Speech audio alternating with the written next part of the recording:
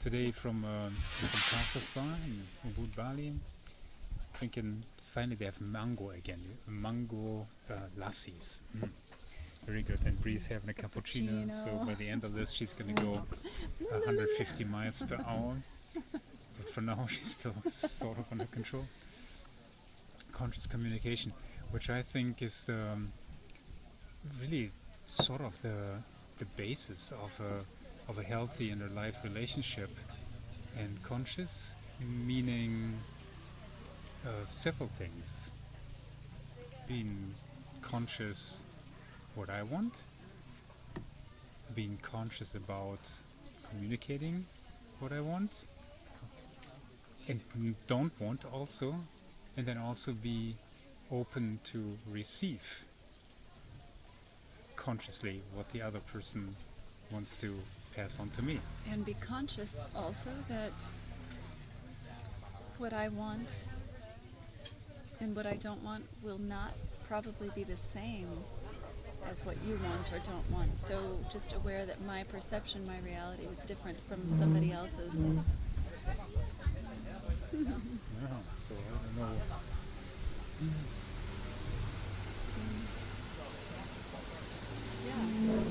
Yeah, that caused a lot of commotion. Did you realize that? As soon as you said it, there's like a bunch of people running around here and cars going by, which usually doesn't really.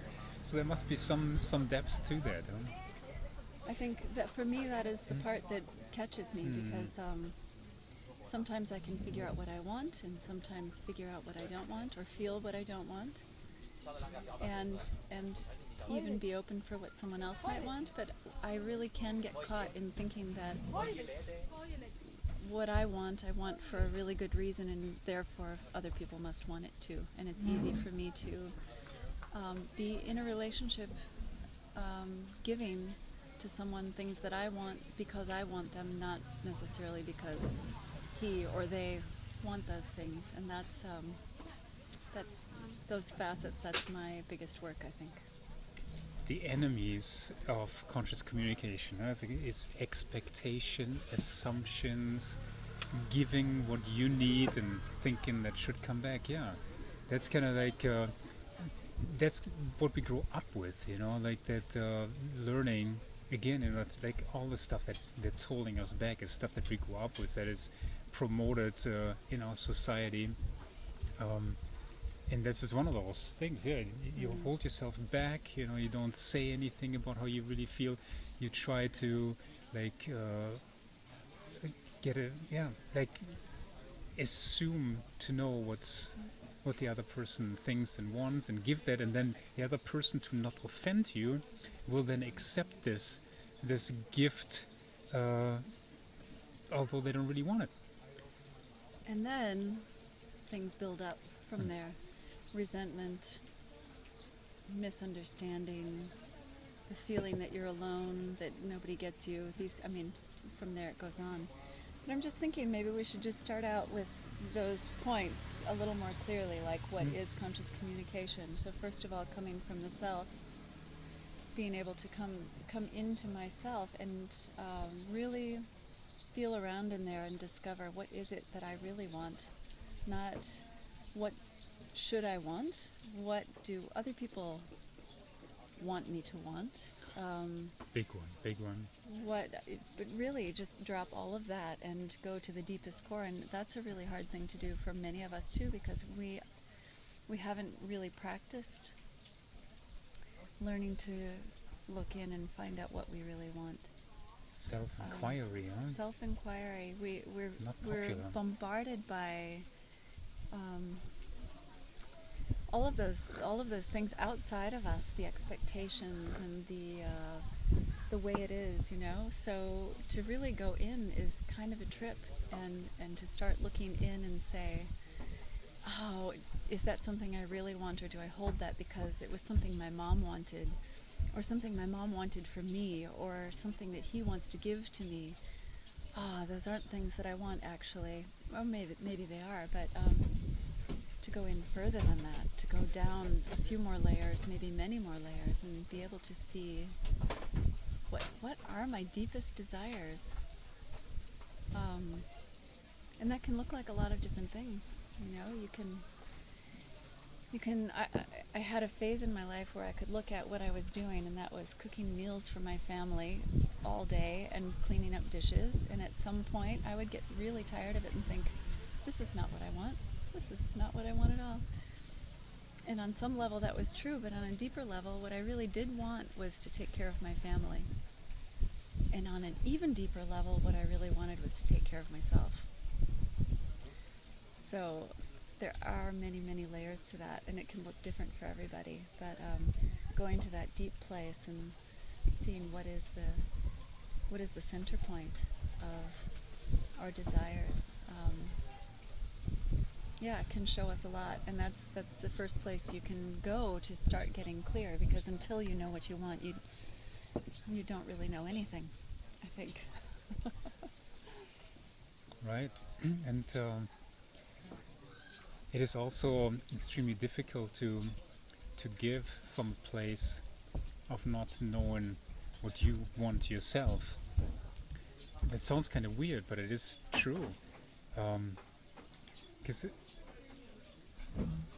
if nobody's really at home, there's nobody that can give a gift. So in a way, we wanna be aware and conscious about who we are, and then from that place, we can offer something. Like, here, this is me, and this is what I have to offer, and then the other person can look at this offer, and also consciously decide whether they wanna take that gift in that shape or not. In other words, what do we offer? For example, do you have an example? Personally, what I offer for Bjorn is, because I want it more than anything, I offer this kind of thing, you know, touch. And he has different things. He does like to touch too, but has other ways of naturally giving to me. And sometimes what I realize is that I'm touching and I'm not getting the same amount of touch back or the same intention or whatever it is, and then I start to feel resentful that I've been giving him so much touch, but I don't get it the same way back, until I realize that I've been giving it to him because I want it, not because he wants it. And he can interpret that in a million different ways, that touch, or maybe not even interpret it at all, maybe not even be aware of it because it's not something that is his form of communication, or which it actually is in a way, but that's just an example. Like, to realize, it took me years to realize I've been giving this kind of connection to him because I really want it. He's been giving me a different kind of connection. They talk about different love languages, and that's something in there, touch or praise or these different things.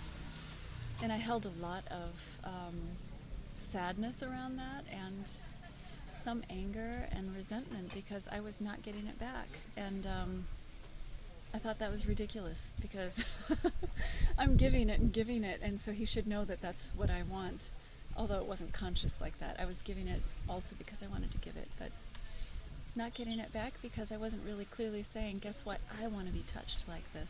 I was just, it's almost passive aggressive, really. Yeah. But with a loving intention.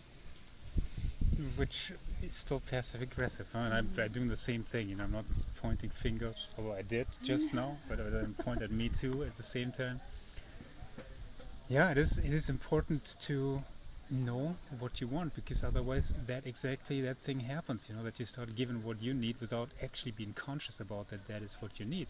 Instead of, once you are conscious about this is what I want, then communicating. And then when I communicated to Brie, like, hey, I want to be touched this way, and that's why I'm touching you that way, then she can actually become aware of this, Otherwise, how would she know? I guess there are ways to know, but mostly, why would she know? That's an easy way. You're just like, hey, I like to be touched this way, and she's like, oh, wow, thanks for sharing it. Now I know too.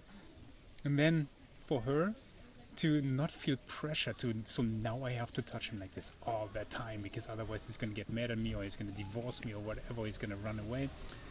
But then to sit with that and like, oh yeah, okay, now I know, and do I want to do this? Do I want it?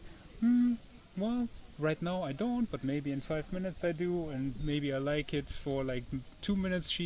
Although she would like it for 5 minutes, I can offer it for 2 minutes.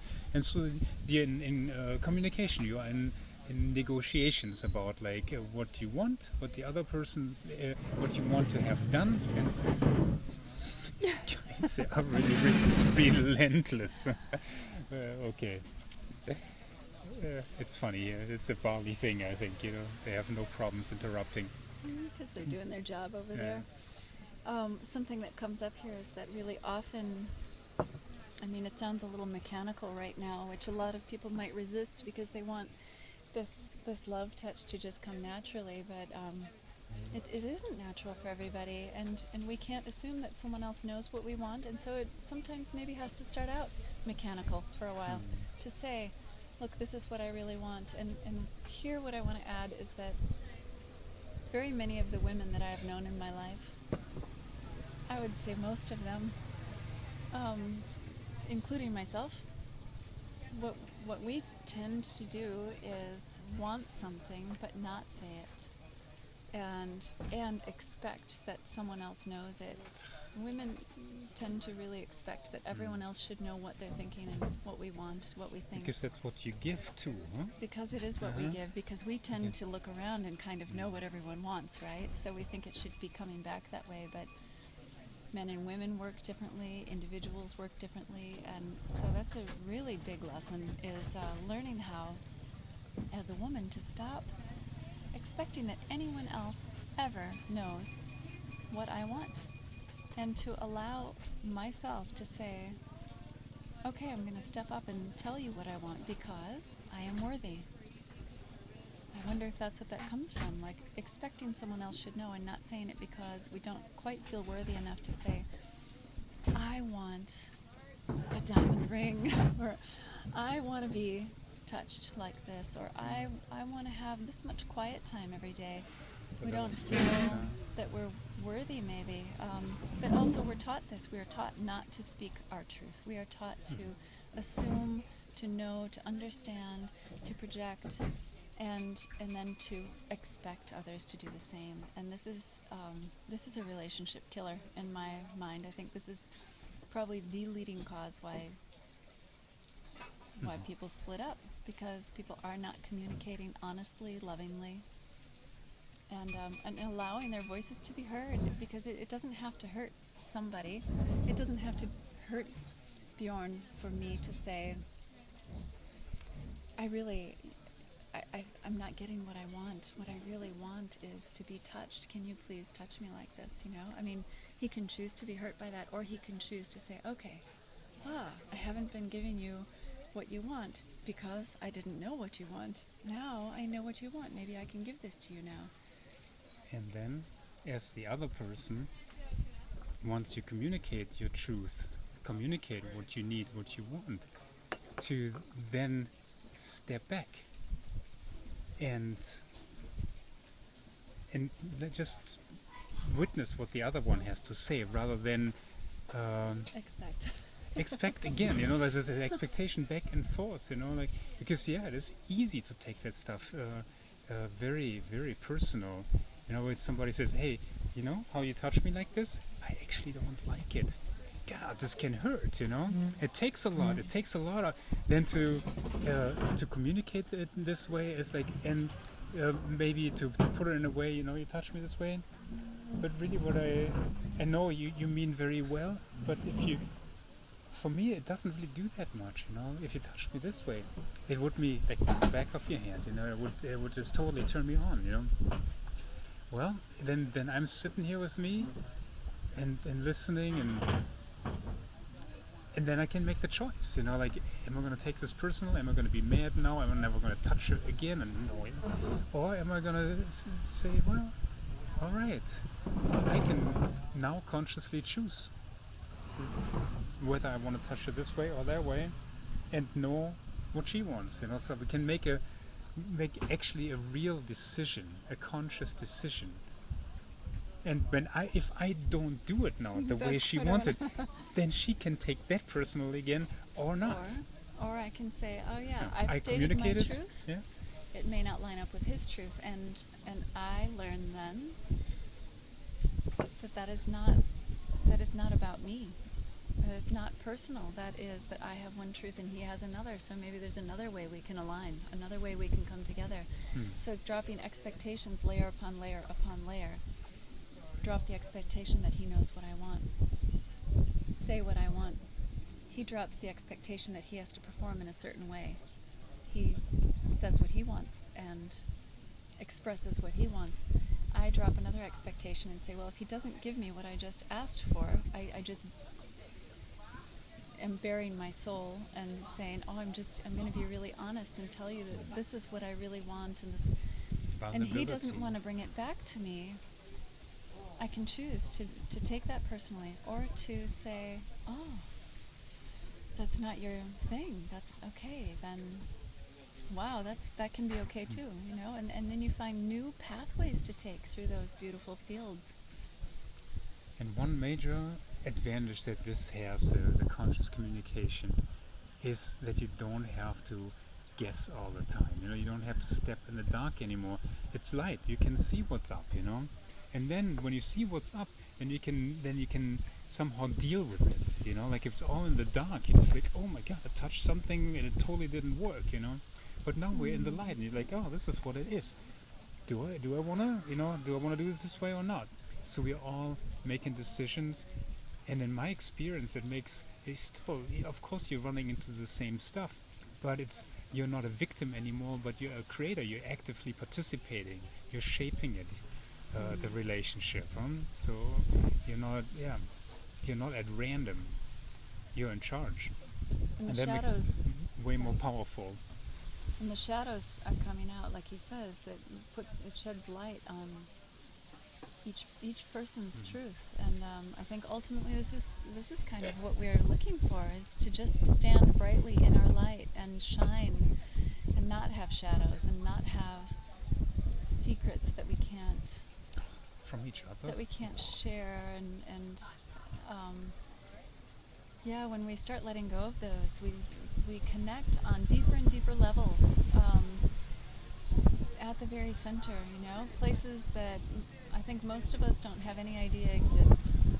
And when we start to let those shadows out and say, look, this is who I am, and I'm going to be here, and I'm going to be as loving as I can, and these are really beautiful gifts we can give to each other, but most of all to ourselves, because that's where it has to start. And I hear the word trust out of this. Huh? How can you trust in the darkness when you have no idea what happens if you step over there? You know, you might fall like hundreds of yards deep and kill yourself. You know, in the darkness, you have no idea what's going to happen. And the light, you can establish. You see, like, oh yeah, am I safe? I'm safe. Yeah, okay. And then I think that's a place where trust can happen, and intimacy in a partnership, in my experience, can only happen if there's trust. Without trust, no alive, no deep relationship. I think anything real can only happen if there's trust. Yeah. I mean, trust has to come from within. Trust that we are, as we are, exactly perfect. That we're bringing what we bring here, and there is nothing else. And that can always change. But that is coming into this self-love place. That's part of, I think where you have to go is coming into self-love, to be able to say, this is what I want. Oh wait, this is what I don't want. And then beyond that to say, oh, and it's okay with me that you don't want to give that to me, because it's not your reality. It's not because of who I am. It's because it's not a part of your perspective or your desire. Or celebrate that it is happening. Or Maybe celebrating it both of it, you know, celebrating the diversity and celebrating where we like find out, oh, actually that's what I wanted to give anyways, but I had no idea that you like it. Right. So now I can't, this right, is... the big surprises, Yeah. right? Like, oh wow, Either which that way. matches up perfectly. The nice surprises that can come. And we already ran up the time, I guess. Whoa. Yeah. So anyways, we'll be back and talk more. And now that we promised to do it, we'll, of course, we'll be doing it. Because it's really fun. Yeah. All right. Thanks for listening. Thanks. I'll see ya.